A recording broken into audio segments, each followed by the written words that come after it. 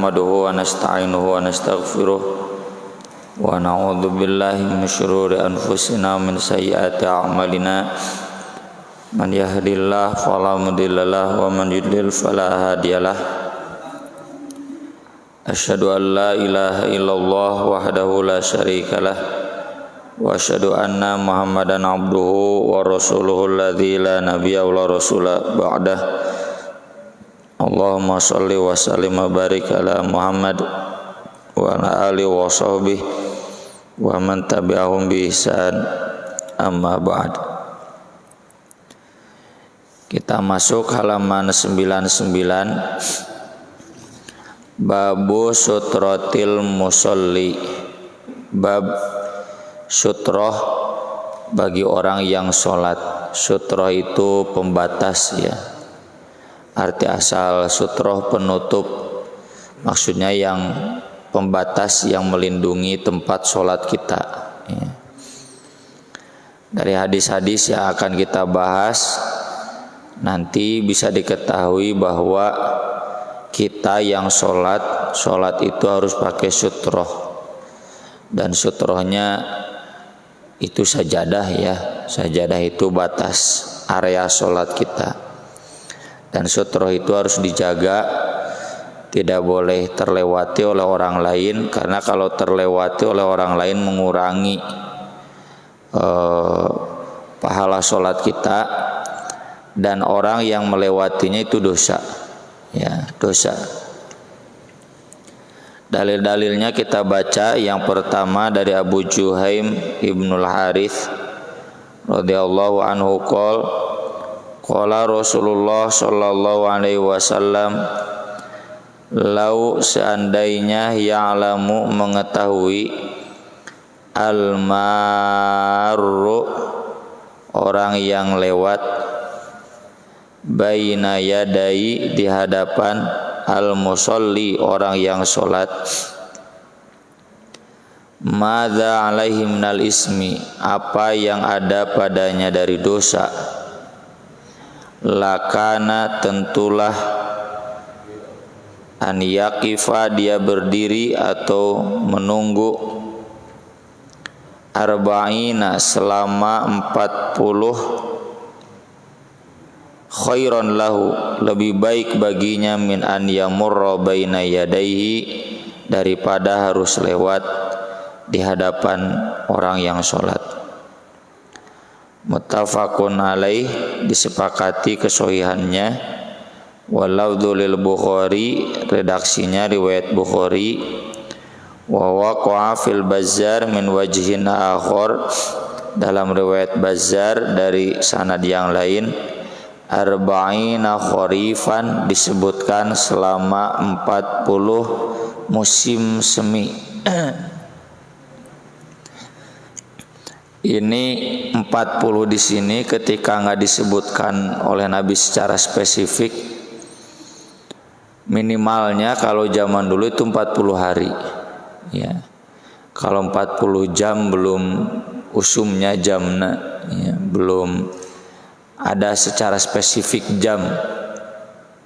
40 hari atau 40 minggu atau 40 bulan atau 40 musim, kan musimnya ada 4 ya. Jadi kalau 40 musim berarti 10 tahun atau 40 tahun ya. Kita ambil yang minimalnya saja 40 hari. Daripada lewat ke hadapan, ke wilayah orang yang sholat, ke area orang yang sholat, lebih baik kita menunggu 40 hari. Kesel cena ini mau nonton Persib ya, mau nonton acara atau mau pengajian di masjid tetangga, kalau terlambat nanti duduknya di belakang, pingin duduk di depan.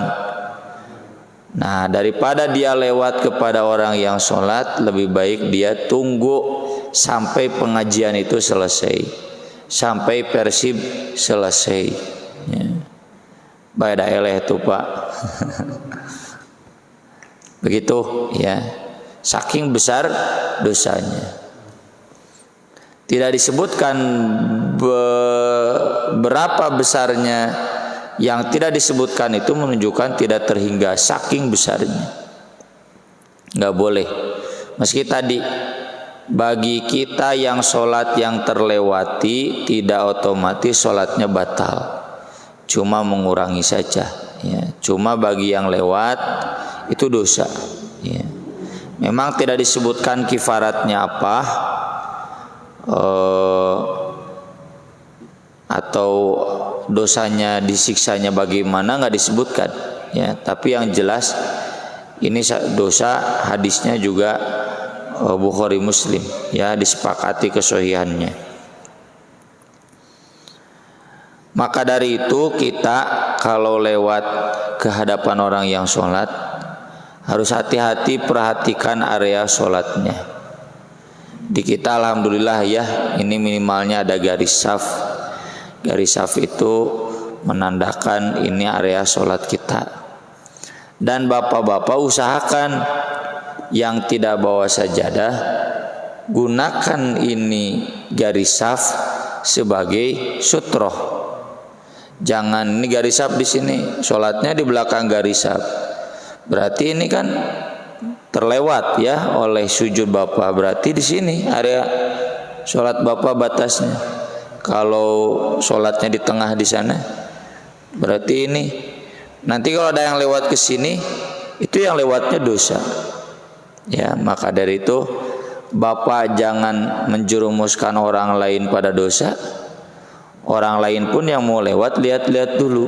Ya, kalau memang nggak ada tempat, ke belakang penuh yang sholat, ke kanan ke kiri penuh yang sholat. Ini ada celah di depan tapi melangkahi areanya, sudah tunggu saja meskipun sampai subuh ya, begitu hadis ini mengajarkan. Kemudian hadis berikutnya dari Aisyah radhiyallahu anha qalat, su'ilan Nabiyyu sallallahu alaihi wasallam fi ghazwati Tabuk. Nabi sallallahu alaihi wasallam ditanya pada waktu perang Tabuk an sutratil musolli, tentang sutroh atau batas area bagi orang yang sholat. Faqala, beliau menjawab, mithlu muakhirati, ini bukan muakhirah, ar-rahli, seperti bagian akhir kendaraan ya. Bentar.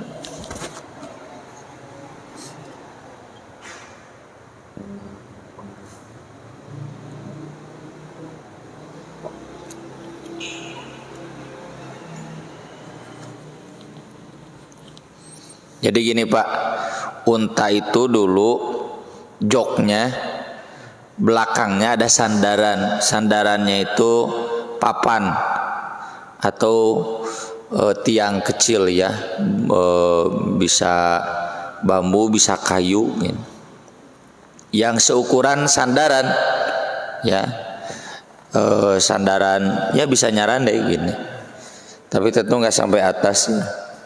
Ada yang menyebut ini satu lengan begitu. Nah, jadi maksud Nabi ketika ditanya sutroh itu bagaimana, yaitu pasang itu. Dan ini tentu konteksnya ketika perang Tabuk, berarti di luar masjid, di tempat terbuka ya, nggak bawa sajadah. Kalau kita kan kemana-mana bawa sajadah ya, maka tancapkan tuh semacam tongkat atau bambu seukuran yang terlihat oleh orang lain bahwa kita itu sedang sholat. Jadi mithlu muakhiratir rahli, seperti sandaran yang di belakang kendaraan ya. Kemudian hadis berikutnya, wa an Sabrata bin Ma'badin al-Juhani qala Rasulullah sallallahu alaihi wasallam, liyastatir, hendaklah membuat sutroh batas area sholat ahadukum salah seseorang di antara kalian fis sholati dalam sholat walau bisahmin meskipun dengan anak panah. Nah gitu kan, anak panah kan paling 1 meter banyak, 1 meter, 1 meter setengah, 1 meter lah itu tancapkan. Atau kalau ada jok belakang yang tadi sandaran, pasang ya, pasang yang jelas orang lain tahu melihat, oh itu batas dia sholat ya. Karena mungkin kalau dibikin garis di padang pasir itu kan gak kelihatan ya, kecuali kalau pasirnya pasir di Pangandaran ya, yang basah padat di gitu rada awet. Kalau padang pasir yang ya susah di gitu keanginan deui ya, maka dari itu Nabi menganjurkan untuk ditancapkan anak panah atau sandaran jok belakang kendaraan unta. Ini perintah menunjukkan harus ya, wajib. Meski ada yang menyebutkan tidak sampai wajib, karena tadi kan tidak sampai membatalkan sholat. Cuma memang sampai membuat orang lain berdosa kalau kita nggak pakai. Jadi lias tatir itu perintah yang jelas. Sekali lagi bagi bapak-bapak yang mau sholat harus jelas ini sutrohnya di mana. Ya, termasuk di masjid di sini harus jelas sutrohnya mana, batas area sholatnya mana. Kemudian hadis berikutnya dari Abu Dzar Al-Ghifari radhiyallahu an qala Rasulullah sallallahu alaihi wasallam yaqta'u akan memotong salat ar-rajulil muslim, salat seorang muslim, idza lam yakun baina yadaihi apabila tidak ada di hadapannya mithlu mu'khiratir rahli seperti sandaran jok belakang unta ya. Sandaran jok unta, sandaran belakang jok unta. Al mar'atu perempuan, wal himaru keledai, wal kalbul aswadu dan anjing hitam. Kemudian Nabi menjelaskan al kalbul aswadu syaiton, anjing hitam itu setan. Walahu masih riwayat Muslim an Abi Hurairah, sekarang dari Abu Hurairah, nahwu seperti itu dunal kalbi. Nabi hanya menyebut perempuan dan keledai. Kemudian dalam riwayat Abu Dawud dan An-Nasai dari Ibnu Abbas radhiyallahu anhuma, nahwu seperti itu. Jadi kalau nggak pakai sutroh, maka 3 orang atau 3 hal ini akan memotong sholat seseorang. Tapi duna akhirihi, tidak menyebut anjing, hanya menyebut perempuan dan keledai. Wa qayyadal mar'ata bil haid, tapi menyebutkan sifat perempuannya, perempuan yang haid ya. Ini hadis menunjukkan bahwa kalau kita sholat lalu ada 3 ini yang lewat di area sholat kita, maka sholatnya terputus.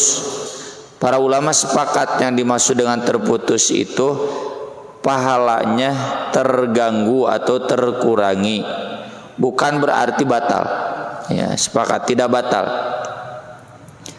Cuma kalau 3 yang ini lewat, itu akan mengganggu dan mengurangi pahala sholat.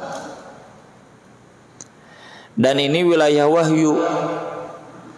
Kalau wahyu sami'na wa ata'na. Aisyah dalam riwayat lain disebutkan, beliau protes, kenapa kami perempuan yang haid kok disamakan dengan keledai dan anjing? anjingna anjing hideung deh gitu.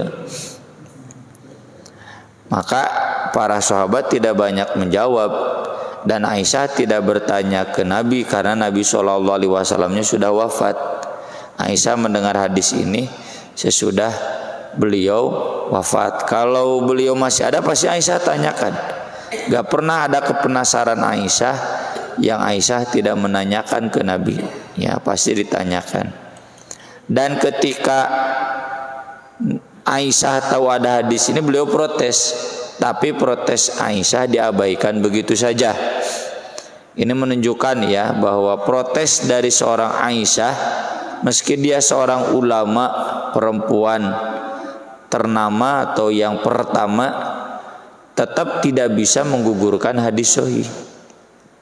Contoh, Aisyah protes, masa orang yang mati disiksa di kuburnya gara-gara keluarga menangisinya, yang berdosa keluarga nu ceurik, nah cenah disiksana mayit. Kalau mau juga yang menangis keluarga, yang disiksanya nanti keluarganya mayit, kan nggak tahu apa-apa ya. Tapi protes Aisyah itu dianggap sepi oleh sahabat lainnya, oleh Umar bin Khattab, oleh sahabat Khalid bin Walid dan lain-lain lah ya. Maka dari itu hadis tersebut masih diriwayatkan sampai ke Bukhari dan Muslim. Kalau hadis diriwayatkan oleh Al-Bukhari dan Muslim, itu kesohihannya sangat teruji ya, sangat valid ya. Berarti betul Nabi SAW menyabdakannya dan sahabat mendengarnya langsung. Dan protes Aisyah itu dilakukan setelah Nabi SAW wafat, dan Aisyah baru tahu. Para ulama umumnya menjelaskan mayit itu disiksa kalau memang sudah jadi tradisi di keluarganya yang dia membiarkannya ketika hidupnya. Jadi kan di jahiliyah itu Pak, ciri hebat tidaknya yang meninggal itu kalau banyak yang menangisi. Makanya keluarganya menangisi untuk menunjukkan bahwa ini yang meninggal ini orang hebat, orang istimewa. Nah itu yang dihilangkan oleh Nabi kan. Boleh menangis, tapi menangis yang manusiawi, seukur cucuran air mata, seukur sedih di dada ya, tapi tidak sampai berteriak histeris ya. Yang berteriak histeris itu yang membuat mayit disiksa. Tapi kalau mayit sejak hidupnya sudah wanti-wanti bapak, wanti-wanti ke keluarga, nanti kalau saya meninggal dunia jangan ada yang menangis, itu sama dengan memberatkan saya. Ibaratnya kita mau pergi dicengcerikan sok dateu para ruguh ya, ditangisi. Jadi begitu. Ini juga sama. Hadis ini sahih, oleh karena itu Imam Bukhari Muslim meriwayatkannya dan sahabat-sahabat pun meriwayatkannya. Kalau kemudian kita tarik penjelasannya, ada korelasinya. Karena pertama kan perempuan yang haid itu sedang dalam kondisi tidak suci. Yang kedua, anjing juga hewan yang tidak suci, najis mugoladohnya anjing. Yang ketiga, keledai juga kan hewan yang haram ya. Keledai tunggangan itu hewan yang haram. Yang halal itu kalau keledai liar di hutan itu halal. Tapi kalau keledai tunggangan yang biasa dipakai itu haram, kata Nabi, kotor dan najis ya. Oleh karena itu sangat dipahami kalau tiga hal ini lewat di sholat, tempat area sholat kita, itu akan mengurangi pahala sholat. Dan tentunya untuk zaman hari ini kemungkinan tidak akan terjadi ya, 99% kemungkinan tidak akan terjadi. Karena hari ini kita sholat mau di rumah mau di masjid, areanya sudah tertutup, nggak mungkin ada anjing luwat lewatnya lalu lalang Gak mungkin juga ada keledai lalu lalang, apalagi perempuan, kan udah dipisah areanya. Ini berlakunya ketika safar, ya, ketika di tempat terbuka yang memang gak ada tempat seperti masjid, ya. Di luar itu tidak akan membatalkan sholat, tapi bapak yang lewat dosa. Batunya ada mual batal ngiring ngalangkung cenah gitu, ya. Iya, yang sholat tidak batal, tapi bapak yang lewat dosa. Ya, hati-hati. Kemudian hadis berikutnya dari Abu Sa'id Al-Khudri radhiyallahu an qala Rasulullah sallallahu alaihi wasallam idza shalla ahadukum ila syai'in yasturu minan nas.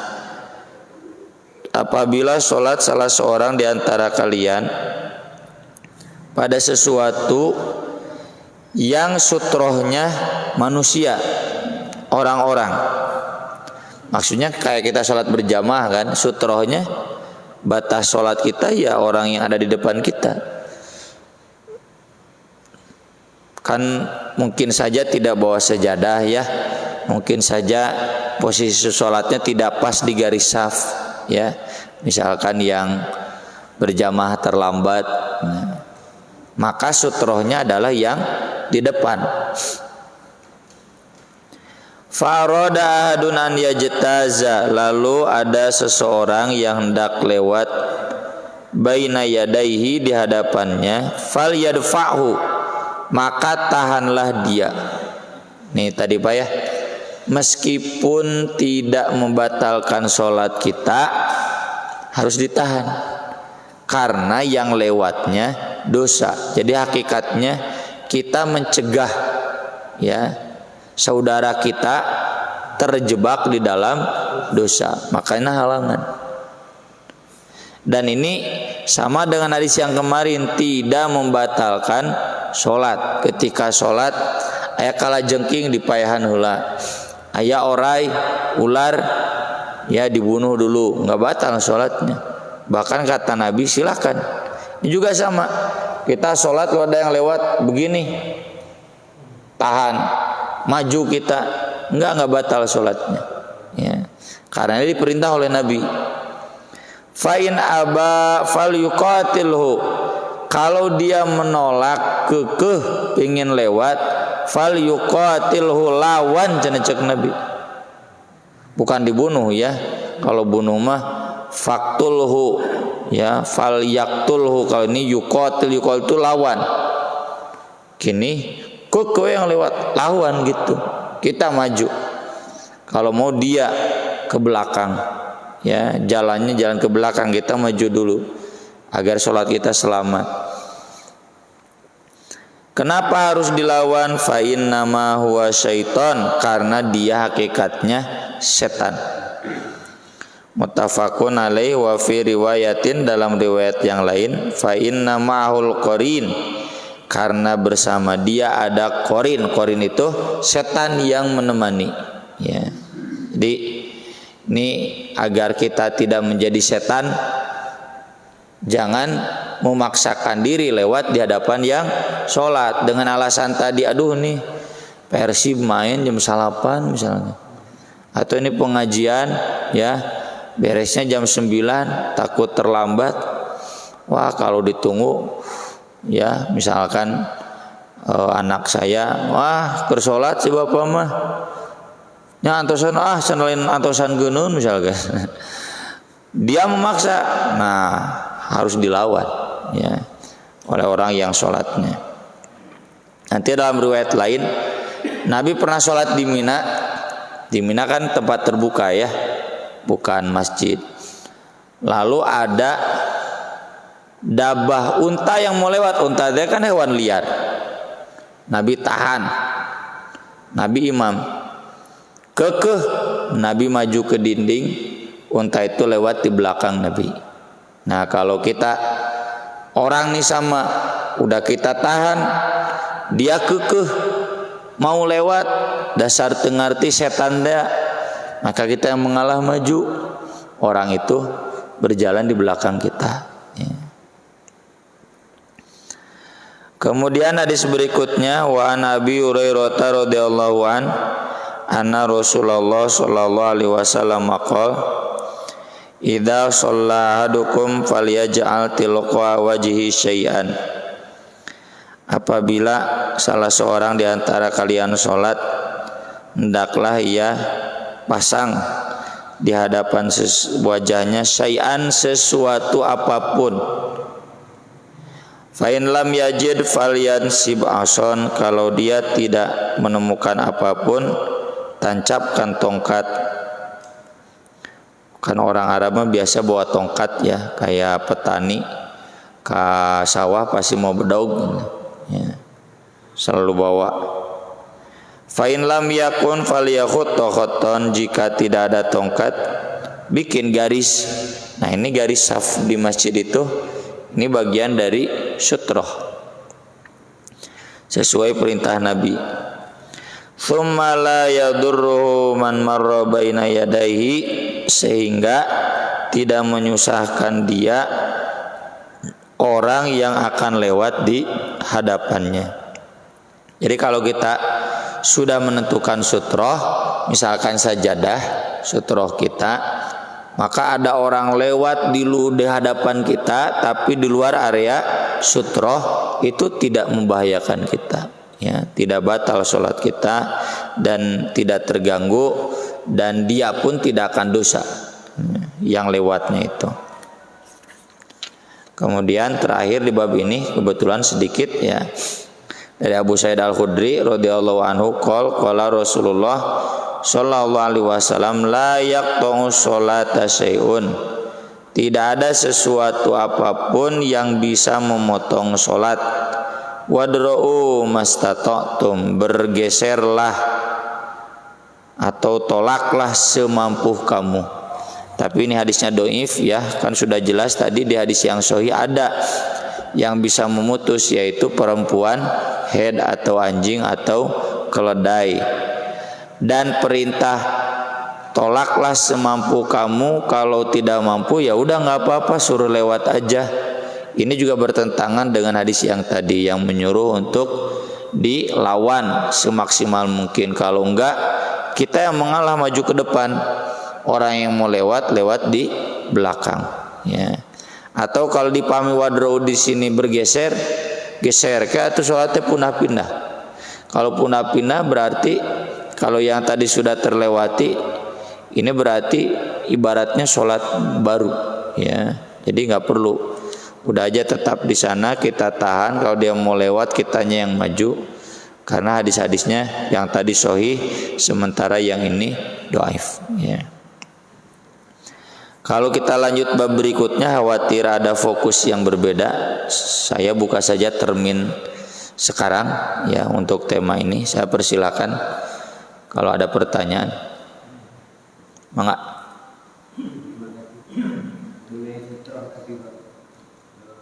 Di sini itu kan udah dibuat bersih di itu supaya masjid itu kita tidak bersih. Tapi banyak atau sering banyak apalagi siang orang terkumpul naruh tas di depan, itu kan mengganggu itu. Apalagi jaket lecek itu terus taruh di depan segala macam, itu kan mengganggu yang samping-sampingnya. Saya berpikiran orang ini masih pikirannya itu masih mikirin dunia, bukan mau sholat.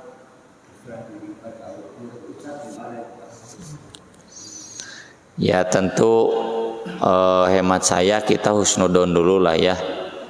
Mungkin dia sedang dalam perjalanan ya, jadi bawa barang berharga, nggak bisa pulang dulu ya. Tentu ketika dia sibuk di perjalanan tapi menyempatkan sholat, berarti dia ingat akhirat ya, tidak hanya ingat dunia. Kalau kemudian jadi banyak barang di depan ya, kalau di belakang kan justru jadi tidak khusyuk ya. Iya, lebih tidak khusyuk ya. Jadi kita yang ada di sampingnya husnudon sajalah. Dia mungkin pasti ya, kalau ke rumah pasti ditaruh dulu lah ya, kayak bapak-bapak kan lengoh ya ke sini, Dia mungkin sedang dalam perjalanan, atau ya saya rasakan sendirilah dulu zaman mahasiswa, kita kan kemana-mana bawa tas, bawa laptop. Sekarang juga saya sama ya, biasanya kemana-mana pasti bawa tas, bawa laptop, dan itu pasti ditaruhnya di depan, seukuran posisi lutut kita dan tangan kita ya. Zaman saya nyantri juga sama, disimpan di kelas tidak aman, ya otomatis dibawa ke masjid tas kita itu, jadi disimpan di depan. Tapi memang mungkin maksud Pak Haji jangan sampai menaruhnya di depan orang lain. Nah itu kadang ada begitu ya. Saya juga pernah protes, saya kan sujud agak panjang ya, meski masih ada banyak yang lebih panjang dari saya ya, panjang posisi sujudnya nggak pendek.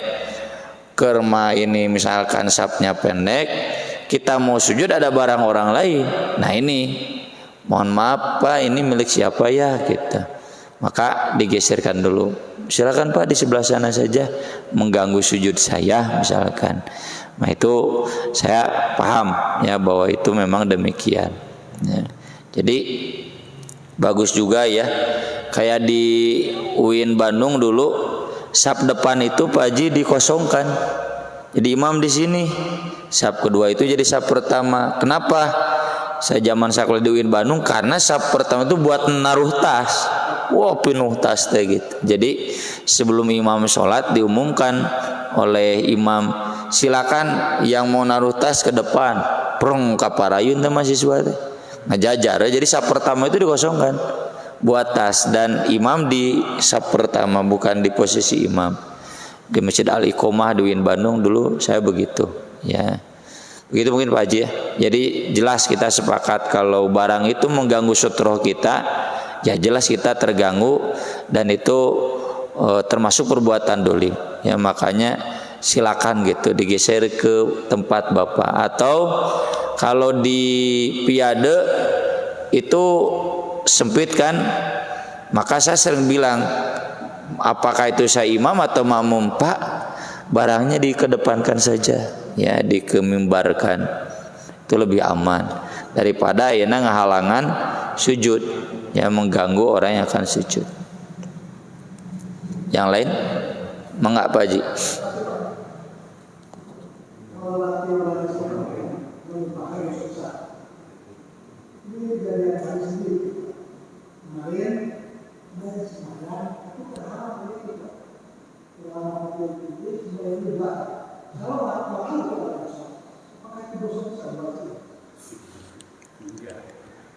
Enggak ya kalau di masjid ini, karena ada garis sutroh.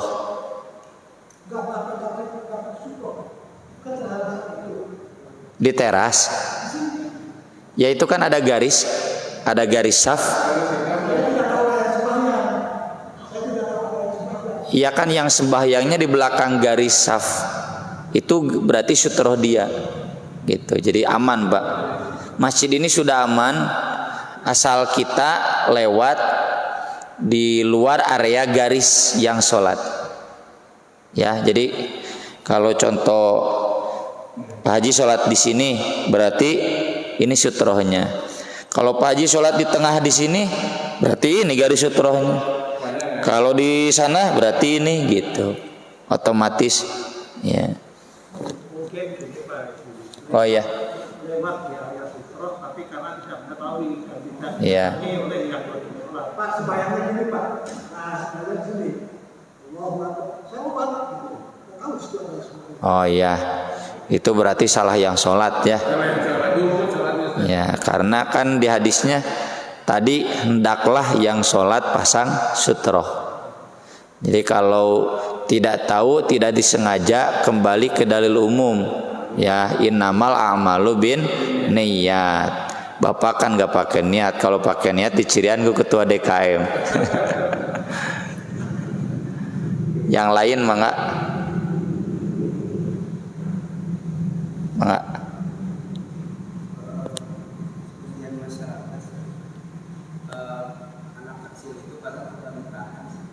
Oh iya.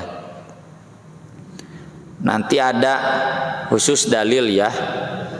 Ibnu Abbas ketika Nabi di Mina itu masih kecil, beliau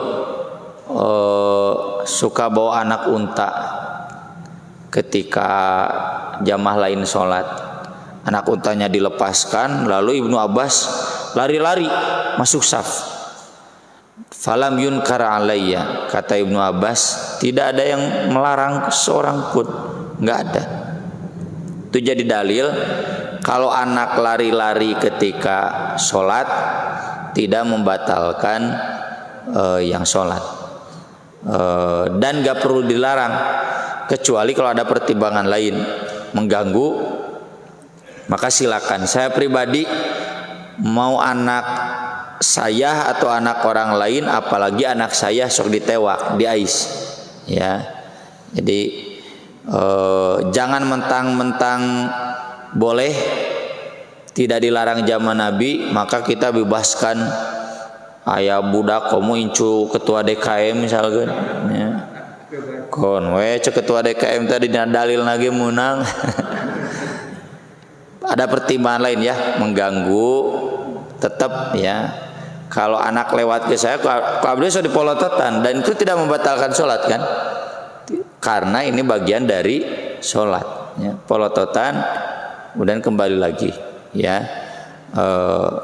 Jadi meskipun boleh, tidak membatalkan, di zaman Nabi juga tidak dilarang, bukan berarti kemudian boleh bebas sebebas-bebasnya, ya. Tetap ada pertimbangan lain, sekiranya mengganggu boleh ditegur. Orang tua juga di sini saling pengertian lah, ya. Makanya saya pribadi di masjid saya, kalau ada anak ke masjid nggak ada bapaknya, suruh pulang lagi. Anak boleh ke masjid, bawa aja bapaknya, gitu.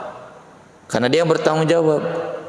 Nah, budak nak ke masjid lompatan sanu nyarekna, ya harus bapaknya ya. Lamun teu baik cenah ustad pendidikan peperieun cenah bapana teu ka masjid atuh anakna peperieun nya bapana teu kudu bapana gitu. Yang anak itu enggak wajib, belum wajib, tapi bapaknya sudah wajib bawa ke masjid, ya.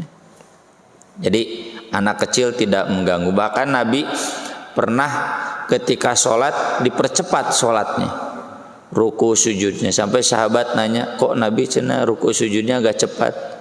Kan tuh ada yang menangis di belakang, takut memberatkan ibunya. Jadi zaman Nabi, ibu-ibu bawa anak-anak ke masjid itu sudah biasa, ya. Dan kalaupun sedikit mengganggu, tinggal rapat sajalah DKM bagaimana teknisnya. Apakah harus ada kayak di rumah sakit ya, area bermain anak? Di rumah sakit, di tempat belanja suka ada area bermain anak, ngarah teka mana-mana misalkan, ya itu silakan, ya. Kalau di kami Pak ada namanya tarawih for kids, dan orang tua sangat setuju. Jadi tarawih kan biasa anak-anak ke masjid itu tarawih, bapak-bapak di masjid, ibu-ibu, nah anak-anaknya di pesantren di lantai 3, ya. Tapi mending cenah cenah tarawih bapak-bapak can beres baru geus tarurun gararaneng, tapi mending karena bisingnya paling rakaat 2 rakaat terakhir, ya. Mending daripada mun dihijikeun wah ganeng teu puguh.